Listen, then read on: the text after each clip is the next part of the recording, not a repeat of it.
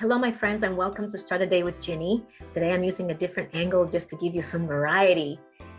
I want to talk about overwhelm today. It is a topic that is impacting all of us, especially when we are starting out a new year or when we are getting on with a new phase of our lives. It could be that work is so overwhelming and feels so overwhelming for you right now that I thought it would be a good idea to tackle this topic and how we can move forward with a bit of hope and inner knowing that whatever is happening right now, this too shall pass.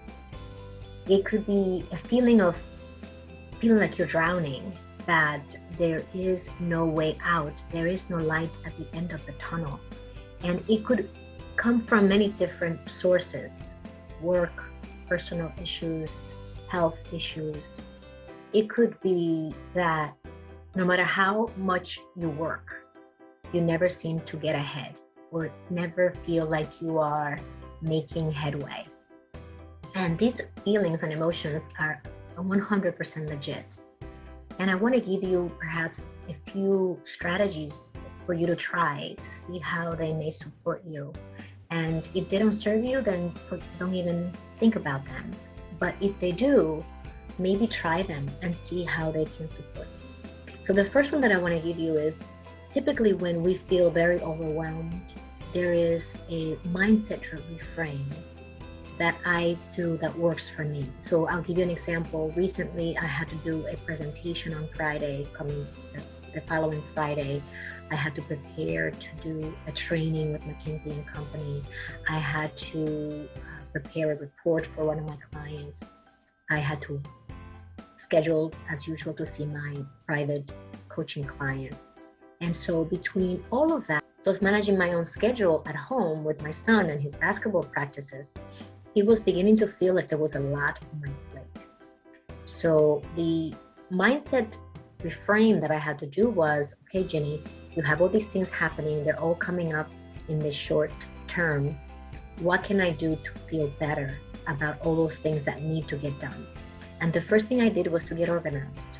Let me make sure that I write everything down so that I don't slip or forget something. That was my biggest nightmare, my biggest fear is to let something slip. So I wrote my list, and my to-do list typically looked like this, right? I just create a to-do list with priorities, things that need to get done right away. Once I have that out of my head, I get that sense of, okay, it's going to be okay.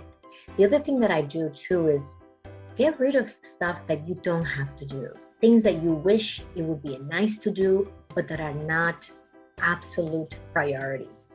When we do that and we cut out things that are not priority, it's amazing how much more time we create in our schedules. The next part of that then is, once I get organized, is to take it one step at a time and start with the first step. So for me, the first step was to prepare the presentation I was giving Friday, because that was priority. That was going to happen no matter what. And if I was not prepared for that, I know that I would not feel well. And so to feel better, that's going to be different for you. So to feel better for me, it meant putting together my PowerPoint deck for that presentation on Friday. What about you? What is that one step that you can take that will make you feel better? And I think that once you begin to clear your plate of things that would be nice to do, but that don't require you to do them, I think that will give you more bandwidth. The other thing that I do, especially during times when I'm feeling very stressed, overwhelmed, is I double up on my self-care. And it sounds counterintuitive, because you may say, Ginny, I don't have time for self-care. I have a lot of things to do. And I'm going to refute that argument by saying that it is exactly when you feel the most overwhelmed.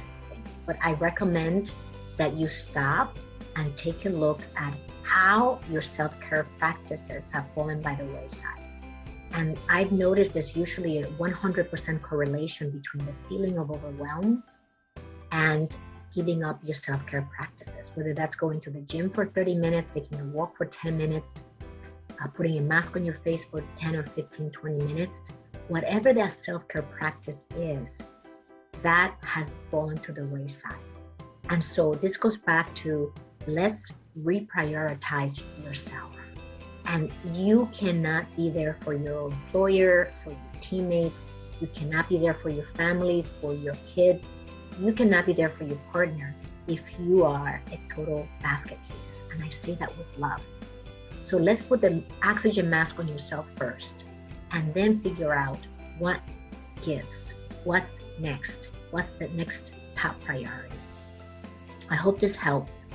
And it's coming from a place of love and compassion, because I experience it, and I know my clients experience it too. And if you need support with any of this, if you need support in finding a way to self-care while also managing your career, managing your life, you can always reach out to me at callwithginny.com. Live with purpose, live with joy. I'll see you soon.